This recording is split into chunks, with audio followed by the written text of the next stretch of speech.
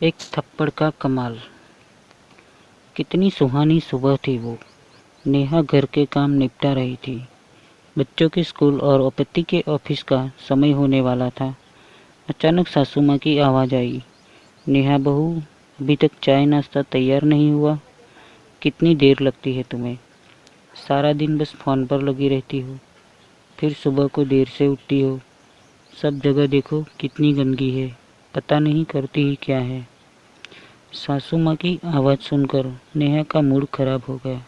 कितना भी कर लो इस घर के लिए, लेकिन कभी तारीफ के दो बोल सुनने को नहीं मिलेंगे।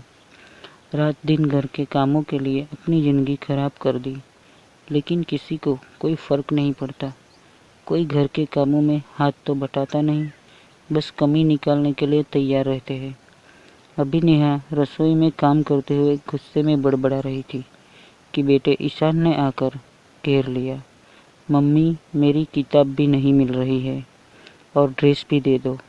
आज स्कूल में प्रोजेक्ट सबमिट करना है तो थोड़ा जल्दी जाना है। नेहा पहले से ही गुस्से में थी।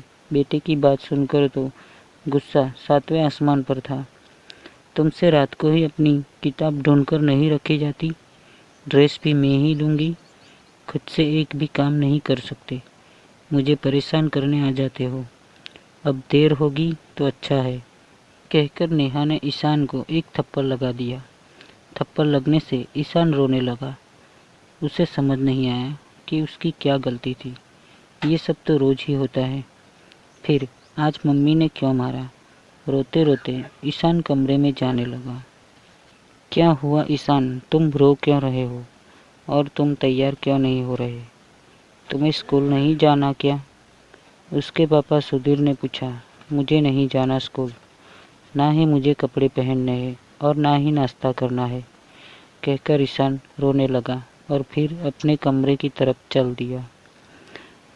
सुधीर समझ गए कि सुबह सुबह उसकी डांट पड़ गई है, तो इसलिए वो रो रहा है। सुधीर ईशान के पीछे गया। क्या हुआ बेटा, इतना गुस्सा क्यों हो? पापा के प्यार से ईशान का गुस्सा थोड़ा पिघल गया। मम्मी ने मारा। बेटा, तुम्हारी मम्मी सुबह से काम में लगी रहती है। उस पर कभी मैं, कभी तुम और कभी दादी अपनी ज़रूरतों के लिए आवाज़ लगा लेते हैं। बेटा, वो भी इंसान है, अपने कुछ काम तो हम खुद कर सकते हैं। मम्मी ने ठीक कहा, अपना बैग तुम रात को लगा दिया करो, जिससे सुबह को कॉपी ना ढूंढनी पड़े। ईशान को समझ आ गया।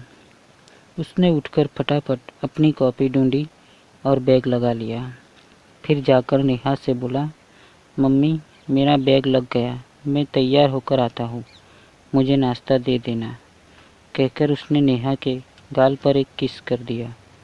बच्चे के प्यार से नेहा का भी गुस्सा पिघल गया। नाहक ही मैंने बच्चों को मारा। उसने ईशान को प्यार किया और उसके साथ चलकर उसे उसकी ड्रेस दी और उसका प्रोजेक्ट संभाल कर बैग के साथ रख दिया।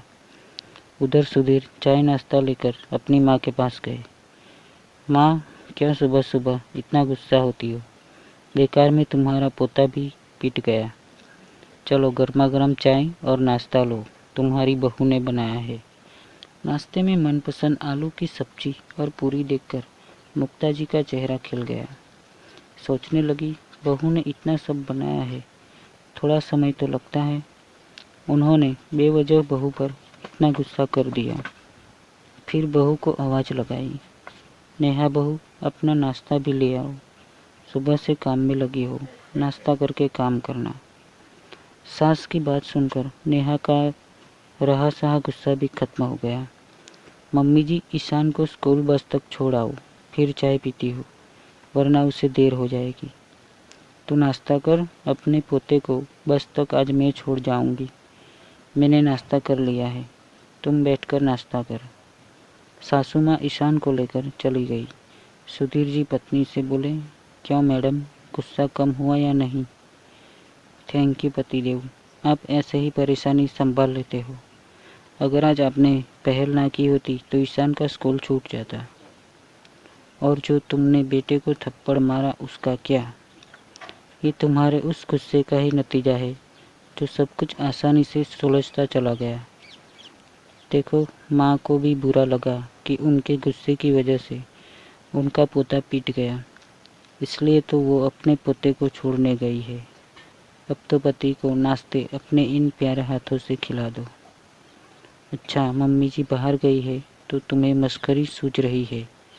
ये सब एक थप्पड़ का कमाल है और मैं क्रेडिट तुम्हें दे रही थी। नेहा हंसी। अब इस कमाल के लिए रोज मेरे बेटे को मत पीट देना। सुधीर हंसा तो नेहा उसके गले लग गई और वो सुहानी सुबह फिर से एक सुहानी सुबह बन गई। दोस्तों, आशा करता हूँ आपको ये कहानी पसंद आई होगी। कहानी के बारे में आपकी क्या राय है कमेंट करके ज़रूर बताएं और ऐसी ही अच्छी अच्छी कहानी सुनने के लिए चैनल को सब्सक्राइब करें। कहानी सुनने के लिए धन्यवाद।